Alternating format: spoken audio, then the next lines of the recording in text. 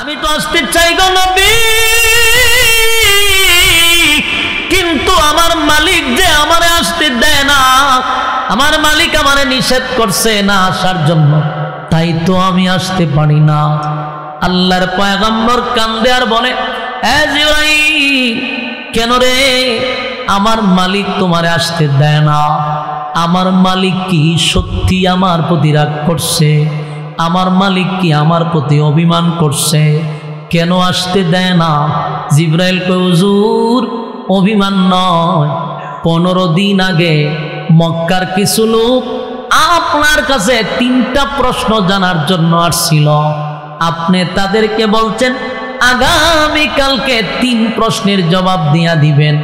এই কথাটা আল্লাহর কাছে পছন্দ হয় নাই। এই কথাটা আল্লাহ পছন্দ করে নাই গো নবী। মাঝখানে আপনি ইনশাআল্লাহ বলেন নাই। ইনশাআল্লাহ না বলার কারণে 15 দিন আমি জিবরাইল রে আপনার কাছে আসতে দেয় না। হ্যাঁ দেবিদ্বারের ভাইরা, কথাগুলি মনোযোগ দিয়া শুনেন। ইনশাআল্লাহ কত বড় একটা কথা, যেই কথাটা না বলার কারণে আমার আল্লাহ 15 দিন ওহী বন্ধ করে দিল। যেই জিবরাইল সকালে বিকালে আসে, সেই জিবরাইলের আশা বন্ধ করে দিল। তাহলে ইনশাআল্লাহ এটা কি সাধারণ? ইনশাআল্লাহ বলার দরকার আছে? ইনশাআল্লাহ না বলার কারণে নবী 15 দিন কানল। ইনশাআল্লাহ না বলার কারণে ওহী 15 দিন বন্ধ হলো। ইনশাআল্লাহ না বলার কারণে জিবরাইল আসলো না। সেই ইনশাআল্লাহ কিয়ামত পর্যন্ত যেন উম্মত না ভুলে।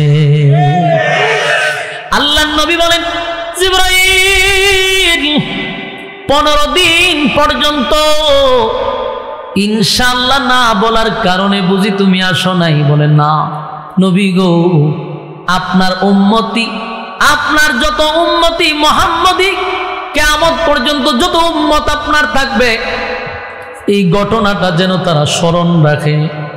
একবার ইনশাআল্লাহ না বলার কারণে 15 দিন ওহী বন্ধ করে দেওয়া হয়। 15 দিন আমারে আশা বন্ধ করে দেওয়া হয়। 15 দিন আপনার চোখের পানি পড়ে। তাই আপনার উম্মত যেন ইনশাআল্লাহ না বলে। বলুন আমরা কি ইনশাআল্লাহ বলবো? কথা কয় না? আমরা কোনো কাজ করতে গেলে সর্বপ্রথম বলবো ইনশাআল্লাহ। আগামীকালকে ঢাকা যাব, মাঝখানে কি হবে? ইনশাআল্লাহ। আমি ঢাকা আগামীকালকে যাব ইনশাআল্লাহ। আগামীকালকে বিবাহ করবেন ইনশাআল্লাহ। কথা হয় না? মাঝখানে ইনশাআল্লাহ না বললে, আপনি যে আগামীকালকে ঢাকা যাবেন, মাঝখানে যদি ইনশাআল্লাহ না থাকে, আল্লাহ কয় তুই যে যাইবি কোনো গ্যারান্টি আছে তোর? আমি যদি না চাই তুই কেমনে যাইবি? এই জন্য ইনশাআল্লাহ শব্দের অর্থ হলো আল্লাহ যদি চায়। বলুন ইনশাআল্লাহ শব্দের অর্থ কি? আল্লাহ যদি চায়। আল্লাহ যদি চায় তাহলে ঢাকা যাব। আল্লাহ যদি চায় বিবাহ করব। আল্লাহ যদি চায় রাতের খাবার খাবো। কথা হয় না? এই জন্য মাঝখানে ইনশাআল্লাহ বলা দরকার। এবার আসুন, রাসূলকে রাগ ভাঙাইছে। এবার আল্লাহ বলে, বন্ধু আপনি যে কানলেন আর বললেন আমি আপনারে ভুইলা গেছি, আল্লাহর নবী কিন্তু কাঁদছে আর বলছে, মালিক সবাই বলা বলি করে আপনি নাকি আমারে ভুইলা গেছেন। সত্যি কি মালিক আপনি আমারে ভুইলা গেছেন? আল্লাহ তখন সূরা দুহা নাজিল করে 2টা কসম করে। কয়টা? বলুন কসম কয়টা? এই সূরার শুরুতে 2টা কসম আছে রে। আল্লাহ তখন 2টা কসম করে বন্ধুরে সান্ত্বনা দেয়। সূরাটা পুরা সূরাটাই নবীরে খুশি করার লাগে নাজিল করছে। সুবহানাল্লাহ। পুরা সূরা দুহাটা পয়গম্বরকে বন্ধুরে বন্ধু সান্ত্বনা দেওয়ার জন্য, বন্ধুরে বন্ধু খুশি করার জন্য এই সূরা দুহা নাজিল করে। আল্লাহ 2টা কসম করছে, 2টা কসম। শুরুতে আল্লাহ বলেন ওয়াদ-দুহা, দিনের আলোর কসম। ওয়াদ-দুহা, দিনের আলোর কসম। চাষতের নামাজের সময় যে রুদ্রটা ওঠে, 12টার আগ পর্যন্ত রৌদ্রটা যেই পরিমাণ উঠে সেই সময়টার কসম করেন আল্লাহ। ওয়াদ্দুহা, দিনের আলোর কসম, দিনের আলোর কসম। এরপর আল্লাহ বলেন ওয়াল্লাইলি ইযা সাজা, আল্লাহ বলেন রাতের অন্ধকারের কসম, যেই সময়ে রাত্রিটা নিঝুম হয়ে যায় সেই সময়ের কসম। ওয়াল্লাইলি ইযা সাজা, রাতের অন্ধকারের কসম। তাহলে এই সূরার দুইটা কসম, একটা হলো দিনের আলোর কসম, আরেকটা হলো রাতের অন্ধকারের কসম। কিন্তু আমি আরো দুইটা ব্যাখ্যা পাইছি। তাফসীর কারকরা বলেন আল্লাহ ওয়াদ্দুহার আরেকটা অর্থ এখানে উঠান, আরেকটা অর্থ হলো ওয়াদ্দুহা, নবীর সুন্দর চেহারার কসম। সুবহানাল্লাহ। আল্লাহ কয় ওয়াদ্দুহা দিয়া আরেকটা ব্যাখ্যা হলো আপনার সুন্দর উজ্জ্বল চেহারার কসম। নবীর চেহারা কত সুন্দর, যেই নবীর চেহারা নিয়ে আল্লাহ কসম করছে। সুবহান, আমার নবীর চেহারা কত সুন্দর।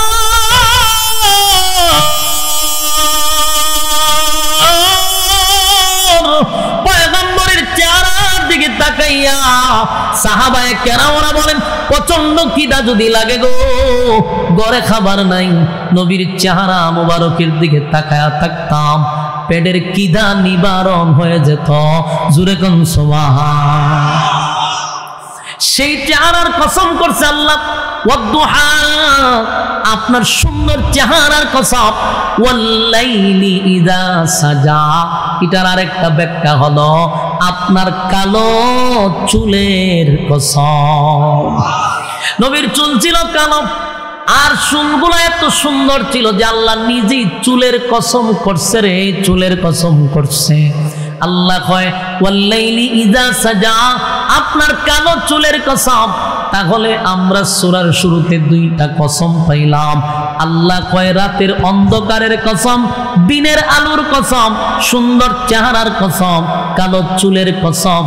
দুইটা কসম করে আল্লাহ পরের আয়াতে বলেন মা ওয়াদ্দাআকা রাব্বুকা ওয়া মা ক্বালা।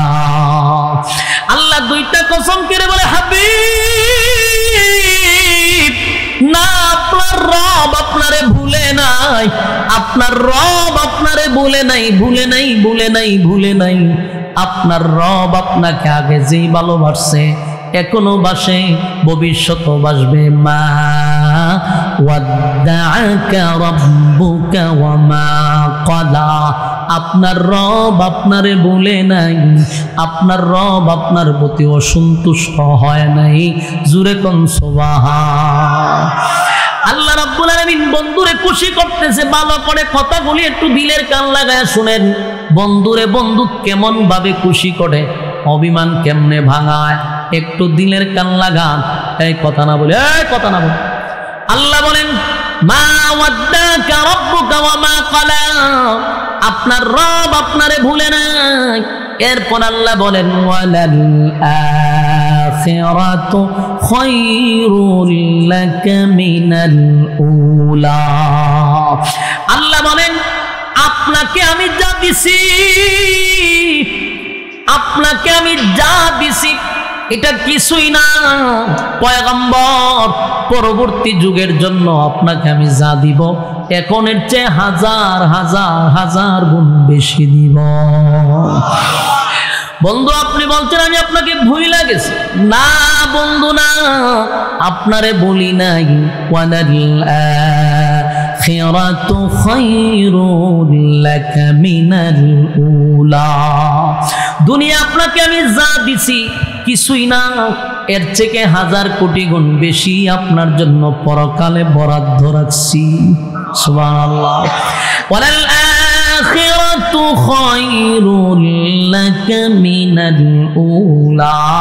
এরপরে আল্লাহ বলেন বন্ধু আমি আপনাকে অচিরেই খুশি করব। ওয়ালা সাউফা ইউতিকা রাব্বুকা ফাতারদা। এই আয়াত আল্লাহ বলেন ওয়ালা সাউফা ইউতিকা রাব্বুকা ফাতারদা। রব্বে কারীম বলেন বন্ধু আপনার রব আপনাকে শীঘ্রই শীঘ্রই শীঘ্রই খুশি করবে। সুবহানাল্লাহ। কেন এই কথা বললেন? ওয়ালা সাউফা ইউতিকা রাব্বুকা ফাতারদা। আল্লাহ কেন বললেন আপনাকে খুব শীঘ্রই খুশি করব?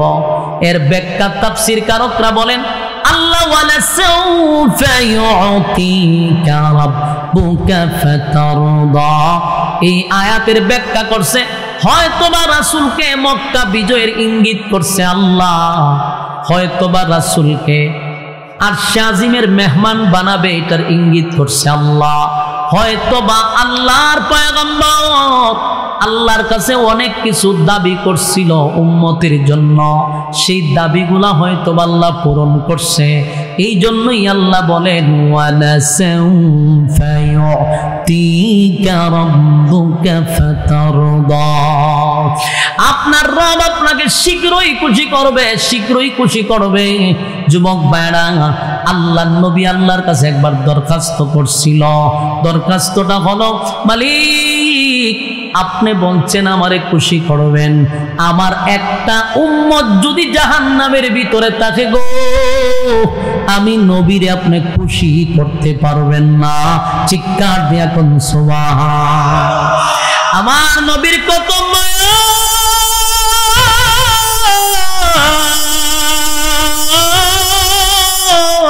উম্মতের প্রতি নবীর কত মায়া রে।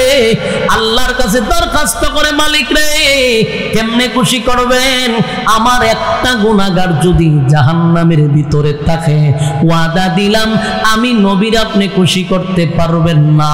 হয়তোবা আমার আল্লাহ এই জন্যই আয়াতটা নাজিল করে বলেন ওয়ালা সাউফা ইউতিকা রাব্বুকা ফাতারদা। আপনার রব আপনাকে শীঘ্রই খুশি করবে, শীঘ্রই খুশি করবে। এ যুবক ভাইরা এরপরে আল্লাহ বলেন আলাম ইয়াজিদিকা ইয়াতীমান ফাআওয়া। এরপর আল্লাহ বলেন আপনাকে আমি ইতিম অবস্থায় পেয়েছিলাম। আল্লাহ বন্ধুরে বুঝাইতেছে, এই যে বন্ধু অভিমান করছে যে আপনি আমার ভুলে গেছেন, একের পর এক আল্লাহ জবাব দিতেছে। আল্লাহ বলেন আলাম ইয়াজিদিকা ইয়াতীমান ফাআওয়া। আপনি কি ইতিম অবস্থায় ছিলেন না? আমি কি আপনাকে আশ্রয় দেই নাই? সুবহানাল্লাহ। আমি আপনাকে ইতিম অবস্থায় পেয়েছি, আমি আপনাকে আশ্রয় দিয়েছি। এরপরে আল্লাহ বলেন ওয়াজাদাকা আইলান ফাআগনা। তিনি কি আপনাকে পথহারা অবস্থায় পান নাই? আপনাকে তো উনি আপনাকে পথ দেখাইলো। এখানে ব্যাখ্যা হলো, কথাগুলি আগে বুঝতে হবে না ভেস লাগাইবেন। নবী কি পথ হারা ছিল? আল্লাহ বুঝাইছেন এটা আপনি পথ হারা অবস্থায় আপনাকে পেয়েছি, আমি আপনাকে পথ দেখাইছি। তার ব্যাখ্যা হলো যেই ছেলেটা ইতিম হয়, যার গার্জেন থাকে না, যার কোনো গার্জেন থাকে না, এই ছেলেটা পড়ালেখা করতে পারে না, সমাজে প্রতিষ্ঠিত হতে পারে না। এই সমস্ত ছেলেগুলা হয় টুকাই হয়, না হলে শিশু গ্যাংয়ের সঙ্গে জড়িত হয়, ঠিক নেই, নেশাগ্রস্ত হয়, কারণ তার কোনো গার্জেন নাই, তার পিছনে কেউ নাই। আল্লাহ হয় আপনিও তো এতিম ছিলেন, কেউ নাই, আপনার বাবা নাই, দাদা নাই, আত্মীয় স্বজন আপনার কাছে নেই। আল্লাহ আপনাকে আশ্রয় দিলাম, আপনি পথ হারা হয়ে যেতেন, মানে এই অবস্থায় থাকলে তো পথ হারাই হওয়ার কথা। আমি আল্লাহ আপনাকে পথের উপরে রাখছি, পথ হারা হইতে দেই নাই। জুরে কোন সুবহান। এই জন্য আল্লাহ বলেন ওয়াজাদাকা আইলান ফাআগনা ওয়াজাদাকা দাল্লান ফাহাদা। আমি আপনাকে পথহারা অবস্থায় পেয়েছি, আবার পথ দেখাইছি। এরপর আল্লাহ বলেন ওয়াজাদাকা আইলান ফাআগনা। এই আয়াতের ব্যাখ্যাগুলি বোঝার চেষ্টা করুন। বিশেষ করে আমাদের সমাজে একটা সমস্যা, এই সমস্যার সমাধান আপনারা পাবেন, একটু দিলের কান লাগায় শুনেন। আল্লাহ নবীরে বলেন ওয়াজাদাকা আইলান ফাআগনা। আপনাকে কি আপনার রব নিঃস্ব অবস্থায়, মানে আপনাকে কি আপনার রব গরিব অবস্থায় পায় নাই? আপনার রব আপনাকে ধনী বানাইছে, তার মানে নবী গরিব ছিল, আল্লাহ নবীর ধনী বানাইছে। কথা কই না? এই আয়াতের ব্যাখ্যা আপনাদের বোঝা দরকার, জানা দরকার। আল্লাহ কয় আপনি গরিব ছিলেন, আমি আপনাকে ধনী বানাইছি।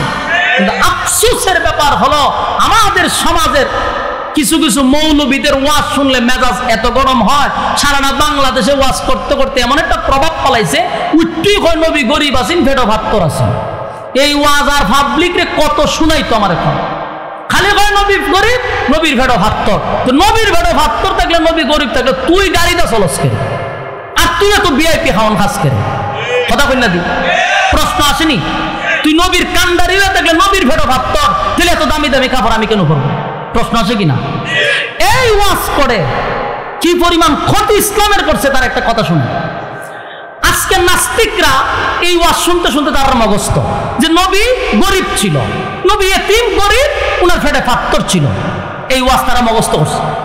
এখন নেক্সট টাইমে যখন কোনো আলেম রাজনীতি করতে চায়, কোনো আলেম যখন নেতৃত্ব দিতে চায়, তখন ওই সমস্ত নাস্তিকরা আমাদের দিকে আঙ্গুল তুলে বলে, হুজুররা আপনারা রাজনীতি করেন কেন? কয় এরা জানে ইসলাম গরিব, ইসলামের ভেটো ভাত্তর আছেন, ইসলাম গরিব ছিল, তো হুজুররা রাজনীতি করতে গেলে, হুজুররা থাকবো মসজিদ, হুজুররা থাকবো মাদ্রাসা, হুজুররা মানুষের বাড়িতে মরলে গিয়ে মোনাজাত করব, এই হুজুরের কাজ। নাস্তিকদের ধারণা পাল্টাইছি আমরা ঠিক বাড়িতে গিয়ে হইলে চলবো। আপনারা মনে করতেছেন যে হুজুরে সাবা মাইরা যাইতেছে, বাস্তবতার সাথে মিলে কিনা দেখেন। আমি তো আপনার আয়াতের অর্থ বলছি, আল্লাহ নিজে আপনি গরিব ছিলেন, আমি ধনী বানাইছি। কিন্তু আমার প্রশ্ন হলো, আল্লাহ যেখানে কয় আপনাকে ধনী বানাইছি, এখানে মৌলবীরা একই ওয়াজ বারবার করে নবীর পেটে পাথর ছিল, নবী গরিব ছিল কেন? আর পরের পৃষ্ঠা পরশ না কেন? প্রথম পৃষ্ঠা হলো গরিব ছিল, পরের পৃষ্ঠাতে ধনী ছিল, এই পৃষ্ঠা পরশ না কেন? আর এই ওয়াজ করতে করতে ইসলামের কত 12টা বাজাইছে। আলেমরা রাজনীতি করতে গেলে কয় যে আপনারা রাজনীতি করেন কে? কে কয়? মদ করে কয়, সুদ করে কয়, গাঞ্জা করে কয়, লম্পটে কয়, বদমাইশে কয়। এই বদমাইশগুলি আলেমদের উপর আঙ্গুল দিয়া কয় তোরা রাজনীতি করস কেন? বেটা পরের পৃষ্ঠা পয়রা দেখ, আল্লাহ বলছেন আপনাকে ধনী বানাইছি, তার মানে আমার নবী দেশের রাষ্ট্রনায়ক ছিল, নবী দেশের প্রেসিডেন্ট ছিল। এই প্রেসিডেন্ট যে নবী ছিল অনেক মুসল্লিরা জানেই না। জানবো কেমনে? ওই যে খানা দুইটা ওয়াজ করে নবী গরিব আছেন, ভেটো ভাত্তর আছেন, আর এক গিয়া দুমছে মুরুখ খায়। বাস্তব না বাস্তব? এই ওয়াজ করে যখন খাইতে যাবে খাওয়ানোর প্লেট লইবেন, বলে হুজুর ফাত্তর লন, লয়ে ভেটো বাঁধেন। ফাইজলামের একটা সীমা আছে। নবী গরিব ছিল, নবীর আল্লাহ ধনী বানাইছে, দেশের বাদশা ছিল, বাদশা। এখন আসুন, আলেমরা রাজনীতি কোথার থেকে শিখছে? রাসূলের কাছ থেকে সরাসরি আলেমরা রাজনীতি শিখছে। এদেশের লম্পট বদমাশগুলি আমাদেরকে বলে আলেমরা কোথার থেকে রাজনীতি শিখছে। বেটা তুই কোথার থেকে রাজনীতি শিখছস? আলেমরা তো রাজনীতি শিখছে সরাসরি আল্লাহ রাসূল থেকে। ইতিহাস শিক্ষা নেওয়া দরকার। এদেশের রাসূল দেশের প্রেসিডেন্ট ছিল, হযরত আবু বকর দেশের প্রেসিডেন্ট ছিল, হযরত উমর দেশের প্রেসিডেন্ট ছিল, হযরত আলী দেশের প্রেসিডেন্ট ছিল, হযরত উসমান দেশের প্রেসিডেন্ট ছিল। ফাজলামির একটা সীমা আছে।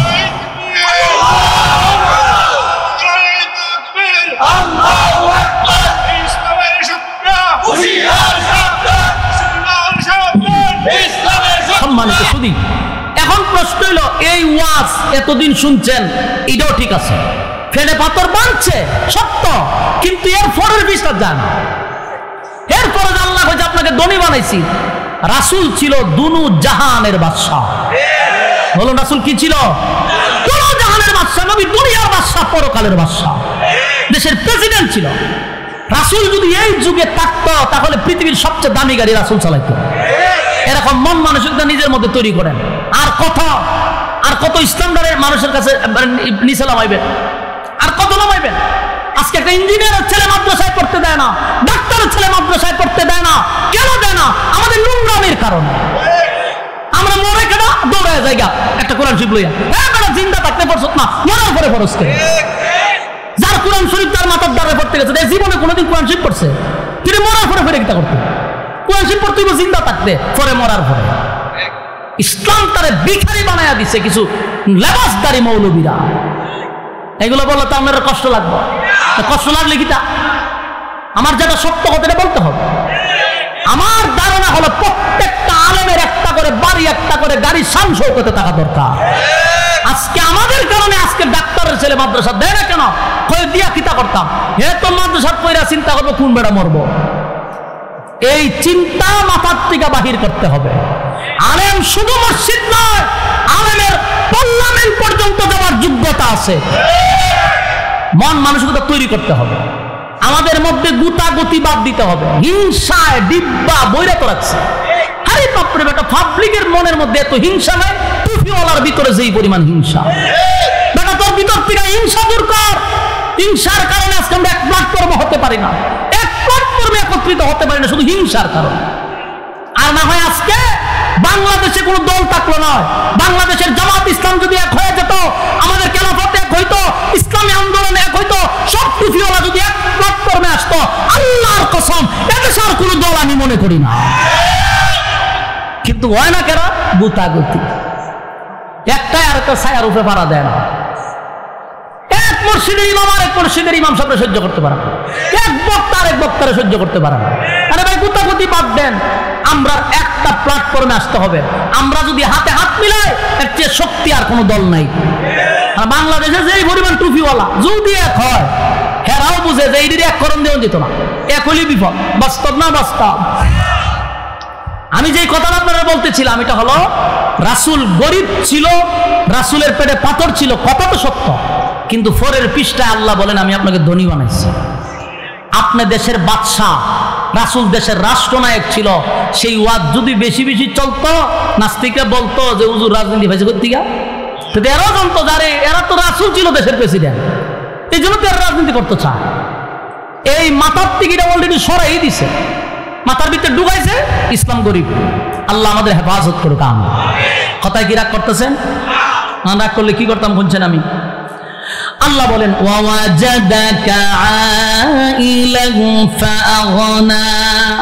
আপনাকে আমি নিঃস্ব অবস্থায় পেয়েছি, আপনাকে পরবর্তীতে ধনী বানাইছি। এই সূরার আপনি একটু বালা করে দেখেন, সূরা দুহার ৮ নম্বর আয়াতটা বাংলাতে গিয়ে আবার পড়বেন, যে খালি যে গরিবের ওয়াজ শুনছেন, এখন আল্লাহ নিজে আপনাকে ধনী বানাইছে। সুবহানাল্লাহ। এরপর আল্লাহ বলেন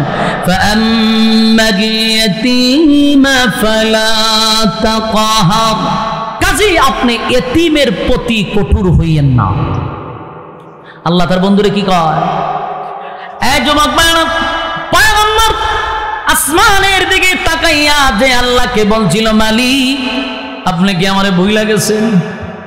আল্লাহ কিন্তু এরপরই কতগুলি বলতেছে, একটা দুইটা না, দুইটা কসম করে আল্লাহ বন্ধুরে সান্ত্বনা দেয়, রে বন্ধু আমি কিন্তু আপনারে ভুলি নাই। আপনি এতিম ছিলেন, আমি আপনার আশ্রয় দিছি।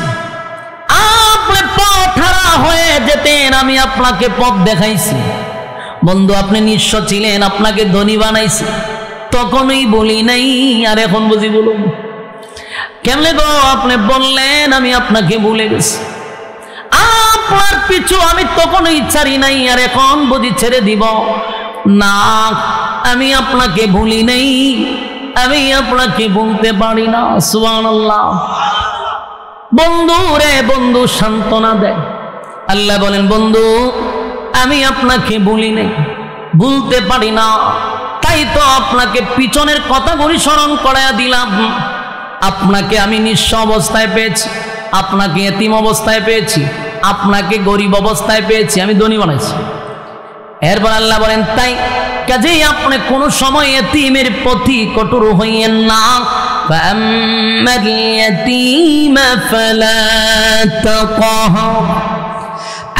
পয়গম্বরকে আল্লাহ বলেন আপনি এতিমের প্রতি কঠোর হইয়েন না। এই ওয়াজ কি খালি নবীরই করছে? কথা কয় না, না কিয়ামত পর্যন্ত সমস্ত উম্মতি মুহাম্মদীর জন্য এই ওয়াজ। কথা কয় না, আমাদেরকে ওয়াজ করা হইল আমরা যেন নেক্সট টাইমে কোনো এতিমের প্রতি কঠোর না হই।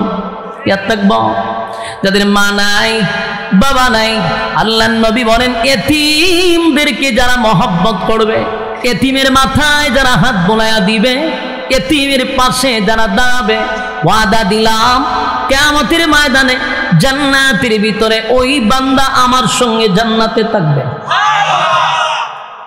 এতিমদের উপরে জুলুম করা যাবে না, কথা বলেন না? এতিমের প্রতি কি করা যাবে না? জুলুম করা যাবে না। এতিমের মাল মাইরা খাওয়া যাবে না। আপনার ভাই মারা গেছে, ভাতিজাটা এতিম, আপনি সুযোগ বুঝার নিজের নামে সম্পত্তি লিখে লই গেছেন না, এরকম দুর্নীতি করা যাবে না। এতিমের প্রতি যারা এরকম আচরণ করবে, তসবিহ আপনারে বাঁচাইতে পারতো না, নামাজেও বাঁচাইতে পারতো না। সারাদিন তসবিহ সুবহানাল্লাহ সুবহানাল্লাহ সুবহানাল্লাহ, এটা বক্কর সকর বন্ডামি, এটা শেষ, কথা হয় না? সারাদিন তসবিহ আপনি সুবহানাল্লাহ পড়তেছেন, আর হ্যাঁ মাদা মানুষের পকেটের টাকা টাইনা মাইরা খাইতেছেন, এতিমের মাল খাইতেছেন, জুলুম করে খাইতেছেন, বিচারের নামে অবিচার করে খাইতেছেন। এই তসবিহ আপনারে বাঁচাইব? এটা যে বন্ডামি, এটা মানুষও বুঝে। তোমার তসবিহ পড়ার যদি দরকার থাকে, তোমার পকেটে ঢুকা, মানুষে দেখতো কেটে, তোমার যদি মানুষের দেখায় দেখায় সুবহানাল্লাহ পড়ো, সুবহানাল্লাহ সুবহানাল্লাহ সুবহানাল্লাহ, এটা কি তা? এটা তো বন্ডামি। এই তসবির মধ্যে কি আছে? ভন্ডামি আছে। এই জন্য আল্লাহ বলেন, ওয়ালাম নাকুলু তুইমুল মিসকিন।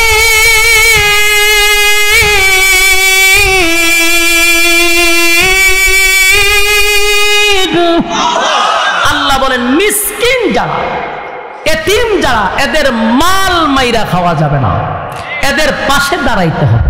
ইয়াদ থাকবো না আপনারা? না, এর সুযোগ পাইয়া, দুর্বল পাইয়া যদি সমস্ত সম্পত্তি আপনার নামে লিখে নেন, হাসরের মাঠে তসবিহ বাঁচাইতে পারবে না, নামাজ বাঁচাইতে পারবে না। কারণ কিয়ামতের মাঠে আল্লাহ হবে ইনসাফওয়ালা বিচারক। দুনিয়া তুমি যে বেইনসাফি বিচার করছো, টাকার কারণে দুর্বল মানুষের বিচারটা তুমি ঘুরাইয়া দিছ, সবল মানুষ দোষী হওয়া সত্ত্বেও তারা তুমি নির্দোষ বানাইছো বান্ডিলের কারণে। বাস্তব না বাস্তব? সমাজের যে বিচার, বিচারকদেরকে বলছি, হাসরের মাঠে আল্লাহর সামনে দাঁড়াইয়া হিসাব দিতে হবে। তুমি যে বিচার করছো, এটা কোন ধরনের বিচার? 10 মিনিটের বিচার তারা 3 সপ্তাহ ঘুরায়। বাস্তব না বাস্তব? 3 সপ্তাহে 3 বার ফখরে দেখা করার লাগে। আল্লাহ বলেন মালিকি ইয়াউমিদ্দিন, কিয়ামতের কঠিন ময়দানে আমি আল্লাহ যখন বিচারক হয়ে যাব, সেদিন কিন্তু উপায় থাকবে না, সমস্ত বেইনসাফি মানুষগুলা ধরা পড়বে। কথা হয় না? বেইনসাফি মানুষগুলা ধরা পড়বে। দুনিয়ার জমিনে অনেক মানুষ আল্লাহর সামনে দাঁড়াইব, আল্লাহ জিগাইব, কিরে 60 বছরের সময় দিলাম, তোর আমল আমার মধ্যে গোলামি পাইলাম না। কয় আল্লাহ এটা কি কন? আমি তো 5 ওয়াক্ত মসজিদে নামাজ পড়ছি, আমি তো কেন্দ্রীয় মসজিদ উবাইদ সাহেবের পিছনে নামাজ পড়ছি। বাস্তব না বাস্তব? 5 ওয়াক্ত দিন নামাজ পড়লাম, তো নামাজ দিন নাই, ওইটা নামাজ কি আমার লেগে পড়ছস? লোক দেখাবার লেগে পড়ছস, লোক দেখানো হয়ে গেছে, এলে তোর আমল নামার মধ্যে নামাজ নেই। অসংখ্য নামাজিরা নামাজ পড়ার পরেও কিন্তু হাসরের মাঠে নামাজ লেখা নাই। এর একটা কারণ হলো নামাজ পড়ছ মানুষকে বুঝাইতে যে তুই নামাজি, তুই যে শয়তানের খারাজিল কি এটা যেন মানুষ না বুঝে, এই জন্য নামাজ দিয়া তুই ডেকে রাখছিস। এরপরে আল্লাহ আমি তো সারাটা দিন রাস্তাঘাটে যে হানো বইতাম সবখানে তসবিহ পড়তাম, তো তসবির আমলটা হইডও নাই, কারণ এইটাও বলতো মানুষে দেখাবেন না। এটাও তোর ছিল মানুষকে বোঝানোর জন্য যে আমি জালেম না, আমি বালা মানুষ। তসবির নিচে যে তুই কত খারাপ এটা মানুষে জানতো, কিন্তু বলতে পারতো না। কেন বলতে পারতো না? তুই জালেম, তুই নির্যাতন করবি। আল্লাহ কিয়ামতের কঠিন ময়দানে অসংখ্য জালেমরা বলবে আল্লাহ নাসি হজ করছি, যাকাত দিছি, নামের আগে আমি হাজি লাগাইছি, কিন্তু আমি যে ফাজি এটা গ্রামের মানুষ জানতো। নাম পালাইছে হাজি, দেশে আছে ফাজি, সবাই জানে, কিন্তু ভয়ে আমারে ফাজি বলার সাহস ছিল না। আল্লাহ কয় সেই সমস্ত ইবাদত আমার জন্য করস নাই, লোক দেখানোর জন্য করছস। দুনিয়া দিয়া দিছি, দেখা লোকে তোরা কইছে যে না মাশাআল্লাহ লোকটা ভালো, এটা বইলা দিছি। আমার কাছে এখন কিছু নাই। যুবক ভাইরা, সেদিন আল্লাহ বলবে জাহান্নামীরা যাবে একমাত্র এতিমের মাল মাইরা খাওয়ার জন্য, এতিমের মাল আত্মসাৎ করার জন্য। হতা কয় না আসেনি, মাল মাইরা খায়নি। আমি যা কইতেছি কি সত্য নি না এমনি বানায় কইতেছি? আল্লাহর কসম, কোরআনের আয়াত, ওয়ালাম নাকুন নুতঈমুল মিসকিন। হাসরের মাঠে মিসকিনের মাল, এতিমের মাল, গরিবের মাল যারা মাইরা খাইছে, খাইছিনি 16 বছর খাইতে খাইতে খাইতে খাইতে লেপটিনটা শুদ্ধা খাই নিছে। আমরা এলাকা 2 বিধবা বেটি দেখি গেছে ইয়ত এটার কি তা কয় ইউনিয়ন অফিস গিয়ে দিন 2 ঝগড়া লাগে গেছে মেম্বুরের সাথে। খিরে কি ঝগড়া হয় আমার নামে যে 3টা লেপটিন এলো এটা তো গত সপ্তাহ মান ছেড়ে দিয়েছে আমার টাকু। লাস্টে গুতায়া দেখে মেম্বার আর চেয়ারম্যান নামে লেখাই দিয়েছে লেপটিন। চিন্তা করেন রুচির মধ্যে কুত্তায় প্রস্রাব করলে লেপটিন খায়। আর কত নিছিলাম তখন খাইতে খাইতে লেপটিনটা পর্যন্ত খাইলি। বিধবা মহিলাদের শাড়ি পর্যন্ত খাইয়া লইছে। বিধবা মহিলাদের বাতাস তো চাল ডাল গম পিড়ি পর্যন্ত খাইছে। তোরা রুচি কত নিছিলাম সে জবাব দিবি কেমনে আল্লাহর কাছে? কহ কেমনে জবাব দিবি? খাইয়া তো ফেট পুলাইছস, জবাব দিবি কেমনে যে তুই এতিমের মাল মাইরা খাইছস? তুই জনগণের সম্পদ লুটপাট করছস, কি জবাব দিবে আল্লাহর কাছে? এজন্য আল্লাহ বলেন পয়গম্বর আপনাকে আমি কিন্তু এতিম অবস্থায় পাইছি, সাবধান গো নবী এতিমদের প্রতি আপনি কঠোর হইবেন না। আল্লাহ বলেন বন্ধু এতিমের প্রতি কঠোর হইয়েন না। ওয়াজাদাকা আইলান ফাগনা ফাম্মা ইয়াতীমা ফালা তাকহার। কাজে আপনি এতিমের প্রতি কঠোর হইয়েন না। আপনি কিন্তু এতিম ছিলেন পয়গম্বর, আমি আপনাকে ধনী বানাইছি। এরপর আল্লাহ বলেন ওয়া আম্মাস সাইলা ফালা তানহার। মানুষের প্রতি আপনি তিরস্কার কইরেন না, মানুষরে টিটকারি কইরেন না। একজন মানুষ দুর্বল আপনার সমপরিমাণ না, তারা তিরস্কার করা যাবে না।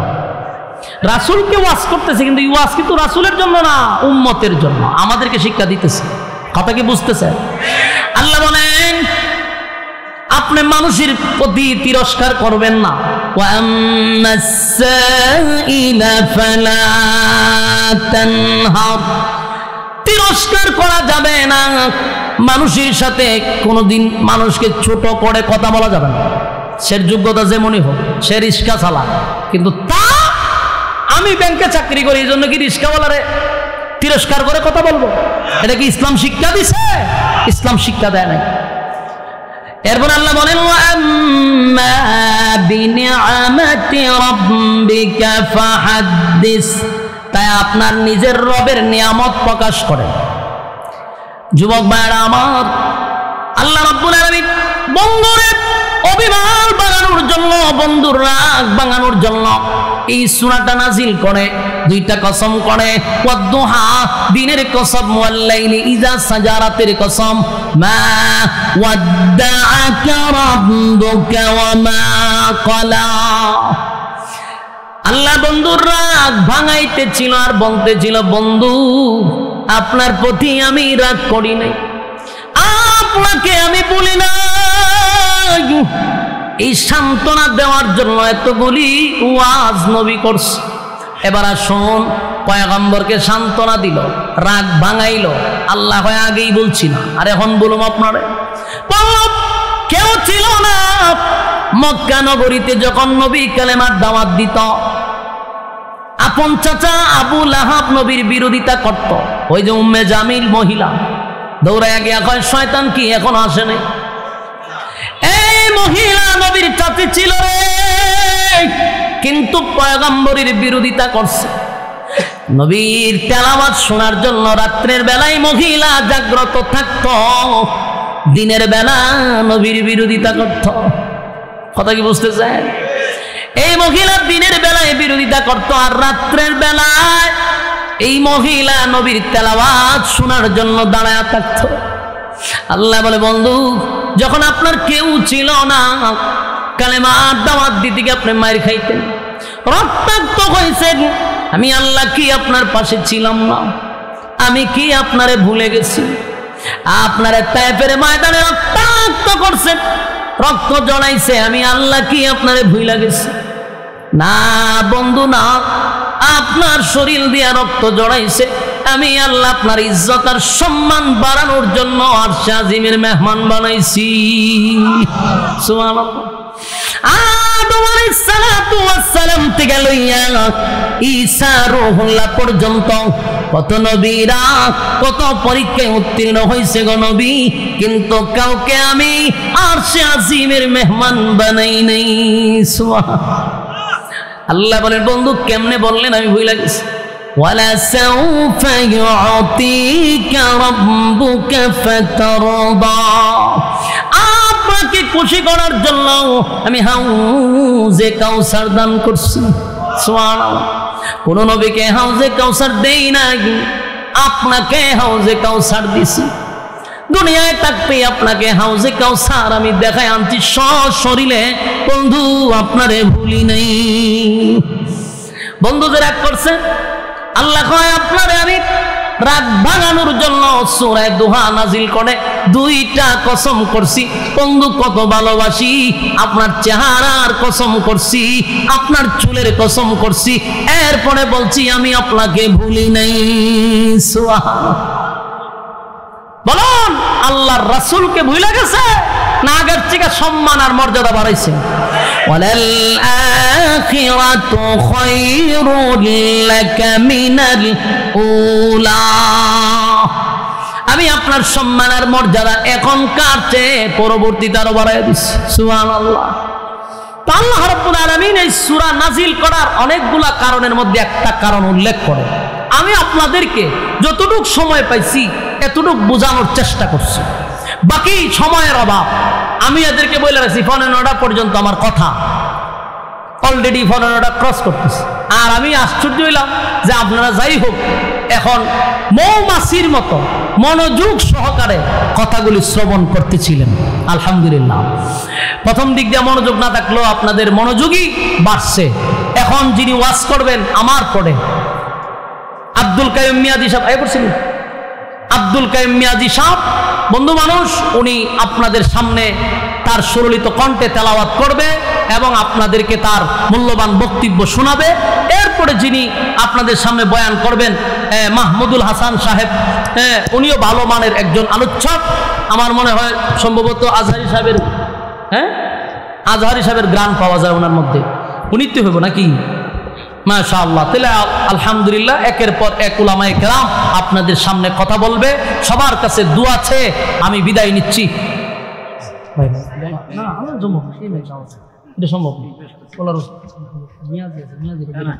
আমার শরীরে কন্ডিশন ভালো না ভাই, আজান দিত এটা তো এটা আছে ইয়ে আছে ভাই, কথা বোঝাতে এমনিতেই গলায় ব্যথা করতেছে, প্রচন্ড পেশা। আপনারা আবদার করলে মিয়াজি ভাইয়ের আজান আমার থেকে 1000 গুণ বেশি সুন্দর। আজানটা আমার কাছে মাপ চাই, এটা করেন না। উলামায়ে কেরাম থেকে আমরা নিষেধ করছে, এমনকি হেফাজতের মহাসচিব পর্যন্ত আমার একদিন নিষেধ করছে যে এটা বাদ দিতাম। আর আপনারা বলতেছেন এই যে কিরামান কাতিবিন, এটা যখন খাল ইউটিউবে যাইব 14 গোষ্ঠী আমার উদ্ধার করে দিই। আমি ওয়াজ করি 1-1.5 ঘন্টা, আল্লাহর কসম কোনো ইচ্ছা করি না। এরপর আমার সমালোচনা বেশি যে ওয়াজে আজান দেয় করে, অথচ যারা এগুলো বলে এদের ওয়াজে বাবার গিচ্ছার দাদার গিচ্ছায় বড়া। এই জন্য আমার কাছে আজান চাইেন না ভাই। মিয়াজি সাহেব আসছে ইনশাল্লাহ, ওনার কণ্ঠ আমার থেকে সুন্দর, আপনারা শোনাইব। এটা আমাদের মুরব্বীদেরও নিষেধ যেটা সমালোচনা হয়। আর আমার স্বাস্থ্য ভালো না, গলার অবস্থা বেশি একটা ভালো না। যতটুকু পারছি আপনাদের সামনে কথা বলছি, এরা মহাব্বত করে দাবি করছি ইনশাল্লাহ আরেকদিন। আসসালামু আলাইকুম ওয়া রাহমাতুল্লাহি ওয়া বারাকাতুহু।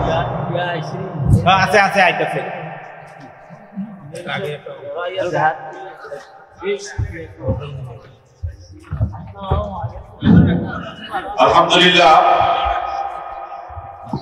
আমাদের মাঝে এতক্ষণ আলোচনা পেশ করেছেন ঐতিহ্যবাহী মদিনাতুল উলুম আসমানের মাদ্রাসা হবিগঞ্জের সম্মানিত প্রতিষ্ঠাতা প্রিন্সিপাল হাফেজ কারি মাওলানা সোহেব আহমদ আশরাফি মোহতারাম।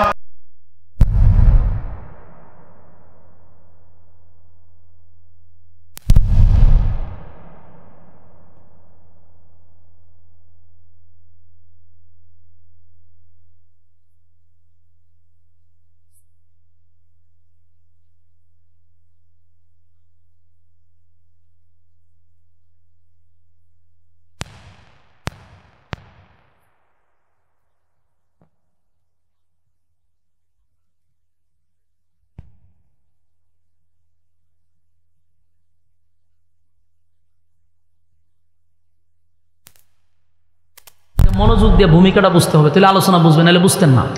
ভূমিকাটা খুব মনোযোগ দিয়ে শোনেন। এরা যখন রাসূলের সাথে কয়েকবার মুখোমুখি হয়েছে, কিন্তু রাসূলের সাথে কথা বলে পারে না, তারা কোনো না কোনো জায়গায় আটকা পড়ে যায়। শেষে মক্কার মানুষরা নিজেরাই বলতে লাগলো যে শুনো, আব্দুল্লাহর পুত্র মুহাম্মদের সাথে কথা বলতে গেলে আমাদের আসমানি এলেমের যোগ্যতা লাগবে, দুনিয়াবি এলেম দিয়ে তার সাথে মোকাবেলা করার মতো আমাদের যোগ্যতা নাই। তার সাথে কথা বলতে গেলে কি লাগবে? আসমানি এলেম লাগবে, কারণ তার কাছে যে ওহী, তার এলাও এই খদু আমরা মক্কার থেকে আইলা এটার বিরুদ্ধে একটা ব্যবস্থা নিবার লাগে। আর তাওরাতের আলেমরা হয় আমরা বলে কালেমা ফেরে ঈমান আনতাম হতে, আমরা আবার মানেটা কি তা? কারণ মক্কার যে লোকগুলা গেছে, আপনারা কি বুঝেন? এরা বুঝছে না রাসূল যে রাসূল হিসেবে আসছে। আমরা আওয়াজ দিতেই তো ভাই, একটা বক্তার কথা বলার আগ্রহ শ্রোতা তৈরি করতে হয়। এক তো আমাদের শ্রোতা কম, আর আমি এটাও বুঝতে পাই না, যতবার দেবীদ্বায় আসছি এই জন্য দেবীদ্বারে আমি প্রোগ্রাম রাখি না, মনে কষ্ট নিয়েন না। সারা বছর হয়তো একটা দুইটা প্রোগ্রাম আমার দেবীদ্বার থানায় দেখেন, অথচ আপনার এলাকায় আমি থেকে গেছি। বাংলাদেশের টেকনাফতে তেতুলে আমার দৌড়া শেষ, আপনাদের দোয়ায় দেশের বাহিরেও প্রোগ্রাম করি। কিন্তু কষ্ট একটাই, দেবীদ্বার আসলে বলে শ্রোতারা এরকম করে কেন, এটা আমার মনে একটা কষ্ট রয়ে গেছে। এই জন্য দেবীদ্বার পুরাই বাদ দিয়ে দিছে। যেখানে কদর নাই সেখানে না যাওয়া ভালো। সারা দেশে গেলে এই যে বাদ মাগরিব করেছি আপনারা এক জায়গায়, বিশাল মানুষের সমাগম, কিন্তু দুঃখ এক জায়গা। এখানে আসলে কেন এই অবস্থাটা হয়? এই দুঃখে প্রোগ্রাম রাখেন। তো যাই হোক, এরপরে যারা বসছেন মহব্বত করিতে বসছেন। এখন আমি যে কথা বলতেছি, আপনারা যদি কাউন্টার না দেন তাহলে আমি বুঝতেছি আমার কথা বুঝতেছেন না, আর একটা কথার আগ্রহ বাড়ে না। এই জন্য একটু হা না কইয়ে। আর এটাও জানি বাড়ির গরু গাডার ঘাস খায় না। থাইকে গেছি আলমপুর, হারা জীবন দেখছেন বইয়া চাগাইছে দোকান, তি বেড়ার হতি একই নাই তো কেমনি। এর লেগে অনেক কেড়ো বাস করে এই বাসাবি হদার বহুতুন জু আছে, এটা বেশ কি মেরে বেড়েন জায়গা। তো যাই হোক, যারাই বসছেন আমি মনে করি সবচেয়ে বেশি মহব্বত করেন আমার, এই জন্য ব্যস্ততা রাইখা আসছেন। তবে আমিও যেহেতু বসছেন, একটা কথাও কোরআনের বাহিরে বলবো না। আমি কোনো সময় গল্প বলিও না। যেদিন থেকে আজকে 8-9 বছর হয়েছে মানো, কোনো দিন আমি কোনো মাহফিলে গিচ্ছা বলিনি। যতটুকু পারি নিজে স্টাডি করে কথা বলি। এই জন্য আপনারা এটা নিশ্চিত থাকেন যে গল্প বলবো না। তবে আমার সাথে একটু হানা বলতে পারবেন তো, তাহলে আমার কথা বলার আগ্রহটা বাড়বে। দেখেন এই যে মক্কার লোক গেছে 10-12 জন, এরা কিন্তু নিজে নিজেও জানে যে উনি যে একজন আল্লাহর পয়গম্বর, এটার মাথায় আছে, কিন্তু এরা কত জোর করে ওনারা বাতিল করে দিত। কথা বুঝতেন না? মানে মুড কত হইল যে না আমরা এটা মানতে রাজি না, আউট করতে হবে। কিন্তু দেখা যায় মদিনার পণ্ডিতরা কয় আমরা মাইনা নেন। এটা আর খুব মাইন্ডে লাগছে। শেষে আর কি করবো, এখন আর তো কিছু করার নাই। 10-15 জন গেছে মক্কায়, গিয়া আর একটা টিম লইয়া রাসূলের পাশে বসছে। কয় মুহাম্মদ তোমার কাছে একটা কথা বলার জন্য আসছে। কি কথা? আমরা সিদ্ধান্ত নিছি যে তুমি যেহেতু আমাদের ভাতিজা, আমাদেরই বংশে, তোমার সাথে দূরত্ব সৃষ্টি করে লাভ নাই, আমরা মিল্লামিশা চলি। তুমি যে দাওয়াত দেও এটা যদি আমাদের যুক্তির ভিতরে বনে, তাহলে আমরাও তোমার কালেমা পড়ে ঈমান আনবো। কত সুন্দর কথা না? দুষ্ট লোকের কথা হয় মিষ্টি। এত সুন্দর করে রাসূলের সামনে বসে বলছে। রাসূল চিন্তা করলো সর্বনাশ, মক্কার সব মাথায় পড়ছে, এরা যদি কালেমা পড়ে তে আমার আর দিনের রাস্তায় কাজ করতে বাধা দেখে। রাসূল কয় সর্বনাশ, তাহলে তো ভালো। তা আপনারা কি জানতে চান আমার কাছ থেকে? এখন আমাদের কিছু জানার আছে। ওই যে পণ্ডিতে 3 প্রশ্ন শিখাই দিছে। প্রথম প্রশ্ন হলো রূহ সম্পর্কে, দ্বিতীয় প্রশ্ন হলো একজন বাদশা ছিল, গোটা পৃথিবী রাজত্ব করছে, ঘোড়ার উপরে সোয়ার করে, মাশরিক থেকে মাগরিব পর্যন্ত দৌড়াইছে। 3 নম্বর প্রশ্ন হলো 7 জন যুবক কতদিন ঘুমন্ত অবস্থায় ছিল, কতদিন পরে জাগ্রত হয়েছে, ডিটেলস বর্ণনা করেন। এই 3 প্রশ্ন লইয়া রাসূলের কাছে এসে বলে আমাদের কিছু জানার আছে। রাসূল কয় কি জানবেন? আমরা 3টা প্রশ্নের উত্তর যদি দিতে পারো তাহলে ওয়াদা দিছি তোমার কালেমা পড়ে ঈমান আনবো। সুবহানাল্লাহ। আল্লাহর রাসূল বললেন যে ঠিক আছে, আপনাদের প্রশ্ন কি? রূহ সম্পর্কে, ওই বাদশা সম্পর্কে যিনি গোটা পৃথিবী রাজত্ব করছে, আর হইল 7 জন যুবকের ব্যাপারে। রাসূল বলল ঠিক আছে, আপনারা আগামীকাল আইসেন, আমি 3টা প্রশ্নের জবাব দিয়া দিব। এরা তো খুশি হয়েছে, যাক এখন দিতে পারছেন, আগামীকালকে তো দিব। এই 10-15 জন লোক চলে গেছে। রাসূলের ধারণা ছিল সকালে জিব্রাইল আসে, বিকালে জিব্রাইল আসে, রাত্রে জিব্রাইল আসে, বলবো উত্তর দিয়ে দিব, আমি বইলা দিব, শেষ। কিন্তু এদিন তার জিব্রাইল আসে না। ঘটনা কি? রাসূল কি নিজের থেকে কোনো কথা বলতেন না আল্লাহ যা জানাইতেন তা বলতেন? এটা আমাদের আকীদা। রাসূল গায়েব যদি জানতো তাহলে সেদিনই 3 প্রশ্নের জবাব বইলা দিত। এখন যারা গায়েবের উপরে আকীদায় বিশ্বাসী, আপনাদের কাছে আমার প্রশ্ন, কথা তো বলতেছে কোরআন থেকে, আপনি আমার জবাব দেন, গায়েব যদি রাসূলই জানতো 3 প্রশ্নের জবাব কেন দিতে পারলো না? বোঝা যায় রাসূল নিজের থেকে একটা কথা বলে নাই, আল্লাহ যা বলতেন রাসূল তা বলতেন। পরের দিন জিব্রাইল আসে না। তখন রাসূল তো ডেট দিছে, তো তোমরা আগামীকাল কাইছো। এই 10 জন লোক আবার আগামীকাল কাটছে। আইসা কই তোমরা উত্তর কও। রাসূল কই সর্বনাশ, জিব্রাইল তো আসছে না। আচ্ছা ঠিক আছে, আজকে হইতো না, আপনারা আগামীকাল কাইছেন। আবার ডেট দিছে আগামীকালকের। আগামীকালকে জিব্রাইল আসলো না। পরের দিন আবার এই 10 জন লোক আসছে, কয় আজকে হইছে না, পরের দিন আইন। পরের দিনও জিব্রাইল আসে না। পড়ছেনি মহাচিন্তা। আচ্ছা আপনারাই বলেন তো, আপনারা এখানকার মসজিদের ইমাম সাহেবের যদি একজন মুসল্লি গিয়া হুজুর একটা ফতোয়া লই আইছে আপনার কাছে, এটা উত্তর দিন চান, ইমাম সাহেব আপনারা কইছে আগামীকালকে আইসেন, আমি দিককে জানাবো, তার মানে হুজুর অবশ্যই একটু মুতালা করবে, তারপর আপনারা বলবো। পরের দিন গেছেন হুজুর ভাই, এর পরের দিন আইন, এর পরের দিন গেছেন কোন, এর পরের দিন আইন, আপনার মেজাজটা গরম হইব নি? আপনি কি করবেন? আপনি দেবিদ্দার থানা গেটের সামনে গিয়ে চা লইবেন, একটা বিস্কুট লইয়া সেটা 4-5 জন লইয়া হইবেন, কয়ও এরার গ্রামও যে একটা হুজুর রাখছে, এটা আসলে হুজুর হবে কোনো হুজুর নেই, কি এর আলেম রাখছে? হ্যাঁ এক হুজুর রাখছে, মানুষের বাদ খেলে গরম ভাত খায় আর ঘুমায় আর পেট বাড়ায়। যত সমালোচনা আছে সারাটা দেবিদ্দার থানা গেট থেকে নিয়ে নিউ মার্কেট পর্যন্ত বাদ রাখবেন আপনি? যাইবেন আর কইবেন, যাইবেন আর কইবেন। হুজুর ভাইছেন তো সমালোচনা করতে মজা, জনমের গাওয়া গাইবেন। ঠিক এরাও এই কাজটাই করছে। এরাও গোটা মক্কায় মানুষের সামনে গিয়ে কইসলাম নি যে উনি কোনো নবী টবি না, উনি আমাদের বাপ দাদার ধর্মের মধ্যে সুনকালে দিবার লেগে বেরিয়েছে। দেখছ 3 প্রশ্ন জিজ্ঞাসলাম, আজকে 1 সপ্তাহ ধরে উত্তরই দিতে পারে না। ঘটনাটা ঘটে গেছে। অন্যদিকে রাসূল পড়ছে মহা পেরেশানিতে, যে জিব্রাইলকে রায় না, আর মানুষ সমালোচনা করতেছে চতুর্দিক দিয়া। একটা পর্যায়ে মানুষ বলা বলি করতে লাগলো যে মোহাম্মদের আল্লাহ মোহাম্মদকে ভুইলা গেছে। আর ওই যে উম্মে জামিল আবু লাহেবের বউ, এটা আরো সুযোগ পাইছে। হয় আগে একটা শয়তান তো হনার আয় না মোহাম্মদের কাছে, আর মোহাম্মদের আল্লাহ যে মোহাম্মদের একবারে বাদ দিয়া দিছে। নাউজুবিল্লাহ। চতুর্দিক দিয়া সমালোচনা। আসে না জিব্রাইল, রাসূলের মনে কত কষ্ট। আল্লাহর হাবিব কান্না শুরু করছে, নিজে আসমানের দিকে তাকাইয়া বারবার আসমানের দিকে তাকায় আর বলে, আল্লাহ গোটা মক্কা নগরীতে আমার বিরুদ্ধে সমালোচনা হচ্ছে, আমাকে নাকি আপনি ভুলে গেছেন? গোটা মক্কা নগরীতে এত সমালোচনা আমার বিরুদ্ধে শুরু হয়ে গেল, আপনি কেন জিব্রাইলকে আমার কাছে পাঠান না? কেন জিব্রাইল আমার কাছে আসে না? কষ্টে আল্লাহর নবী কান্দে। 1 দিন 2 দিন নয়, কিতাবে লেখছে কমপক্ষে 15 দিন পর্যন্ত ওহী আসা বন্ধ হয়ে গেছে। এত কষ্টের মধ্যে চতুর্দিক দিয়া সমালোচনা, এমনকি নবীরে গালমন্দ করতে লাগলো। আল্লাহর নবী 15 দিন পর্যন্ত কান্না শুরু করছে। একটা পর্যায়ে নবী নিজেই বলতেছে, আল্লাহ আপনি কি সত্যি আমাকে ভুলে গেছেন?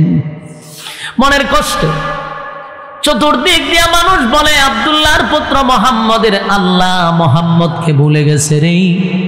নবীও কান্দে, আল্লাহ কেন আপনি জিব্রাইল পাঠান না? কেন ওহী আসে না?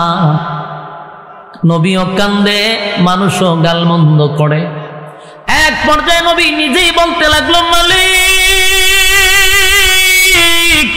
আপনি কি সত্যি আমারে ভুলে গেছেন গো? কি এমন অপরাধ আমি করলাম? কেন জিব্রাইলকে আপনি পাঠান না? কেন জিব্রাইল আসে না? মানুষ আমার এত গালমন্দ করে। আল্লাহর পয়গম্বরের চোখ দিয়া পানি 1 দিন 2 দিন নয়, 15 দিন পর্যন্ত পানি ঝরতে ছিল। কান্নায় রাসূল ভাঙে, কান্নায় ভেঙে পড়ল, কিন্তু আয়াত নাজিল হয় না।